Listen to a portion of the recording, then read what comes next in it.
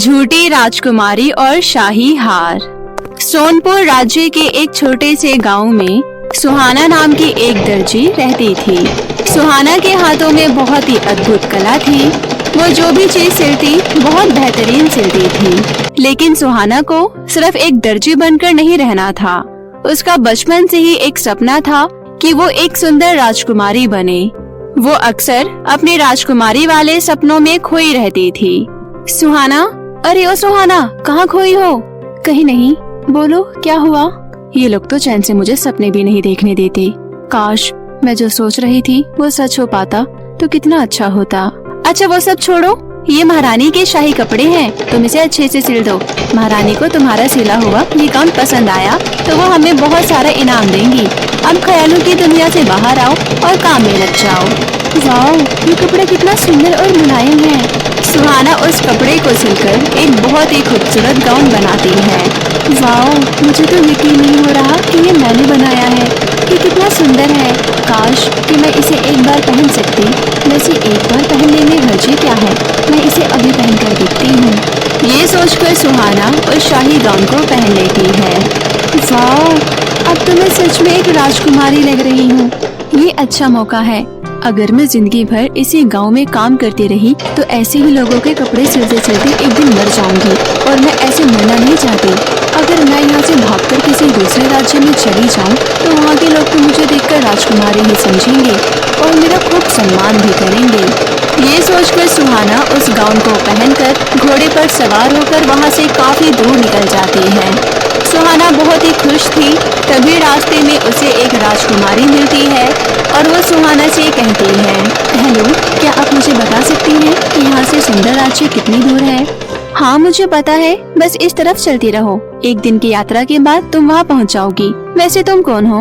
मैं राजकुमारी बेला हूँ। मैं यहाँ के पड़ोसी राज्य से आई हूँ। मरने से पहले मेरे पिता ने मुझे सुंदर राज जाने को कहा था।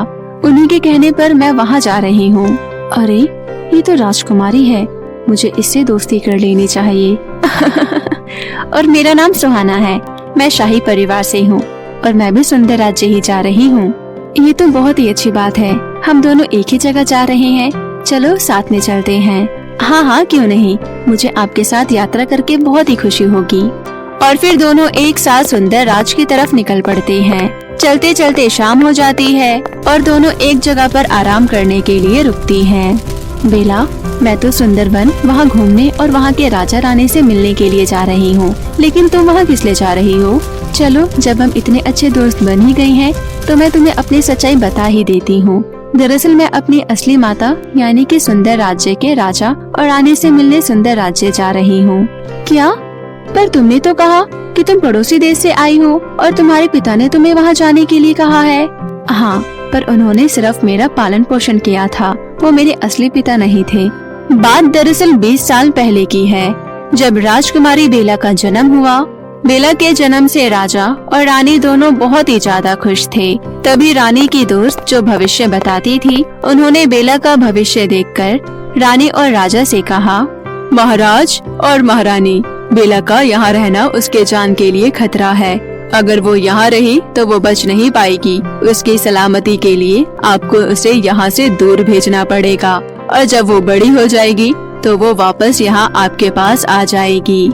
इसलिए राजा और रानी ने बेला को अपने एक भरोसेमंद मंत्री को सौंप दिया और उन्हें अपनी बेटी के पालन पोषण की सारी जिम्मेदारी देकर अपने राज्य से दूर भेज दिया। बेला को अपनी पहचान बताने के लिए राजा ने उसके गले में एक शाही मोतियों का हार पहना दिया था। इसलिए तब से मेरे सौतेले पिता ने ही मुझे पाल पोस कर बड़ा किया और मेरी बहुत ही अच्छे से देखभाल की। लेकिन अफसोस, उनकी मृत्यु हो गई और उन्होंने मरते वक्त मुझे ये सच्चाई बताई। अच्छा, तो इसका मतलब बेला एक राजकुमारी है जिसके बारे में मेरे अलावा किसी को नहीं पता। अगर मैं बेला का ये शाही हार चुरा लूं, फिर तो मैं सदा के लिए बेला की जगह राजकुमारी बनकर महल में रह सकती हूँ। खैर रात काफी हो गई है, तुम सो जाओ, मैं यहाँ बैठकर पहरा देती हूँ। ठीक है, तुम्हारा बहुत बहुत शुक्रिया।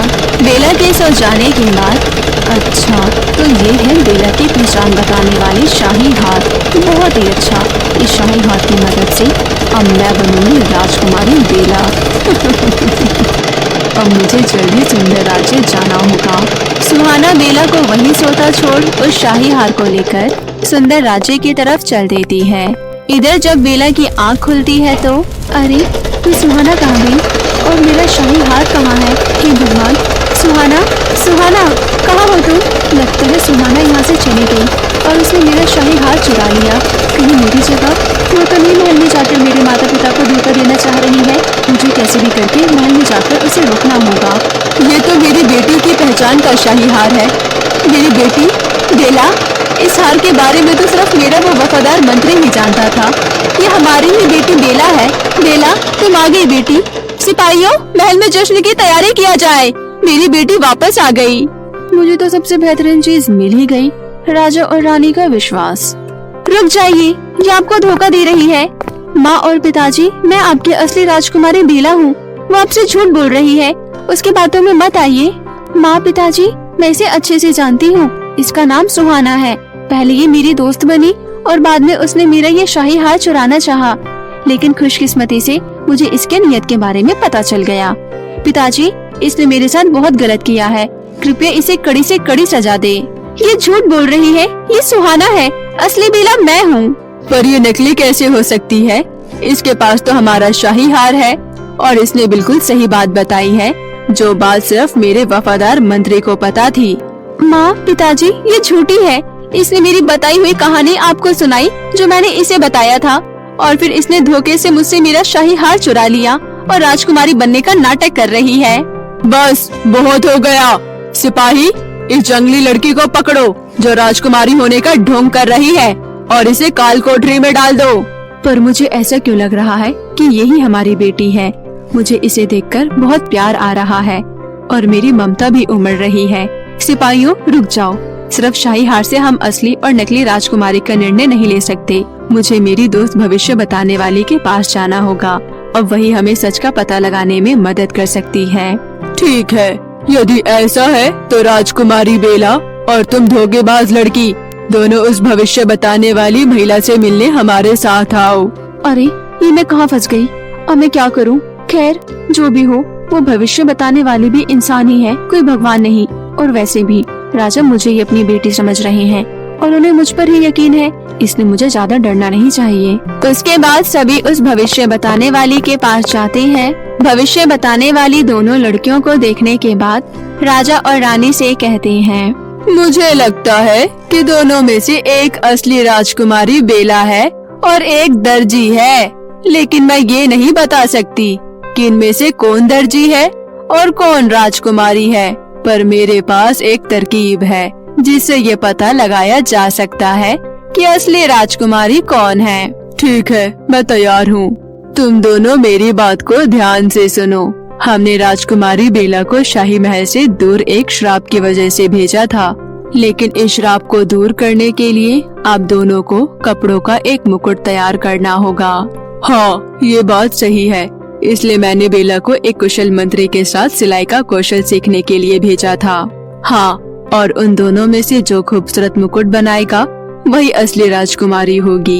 ये सब क्या हो रहा है? पिताजी, ये सब क्या बोल रहे हैं? मुझे तो सिलाई आती ही नहीं है, मैं क्या करूं? बेला सोच में डूबी थी, वही सुहाना खुशी खुशी मुकुट बनाने लगती है। लगता है आज तो ईश्वर भी मुझ पर मेहरबान है। मुझे तो यकीन ही नहीं हो रहा है कि ऐसा होगा। कुछ ही देर में सुहाना ने एक बहुत ही खूबसूरत मुकुट सिलकर तैयार कर दिया। मेरा ताज हो गया। क्या आपको ये सुंदर लग रहा है? क्या हुआ? आप लोग मुझे ऐसे क्यों देख रहे हो? देखो, हर किसी का अपना एक हुनर होता है और आप सिलाई में बहुत ही निपुण हो, और आप मान लो कि आप एक नकली राजकुमारी हो। असली राजकुमारी को मैंने चुन लिया है।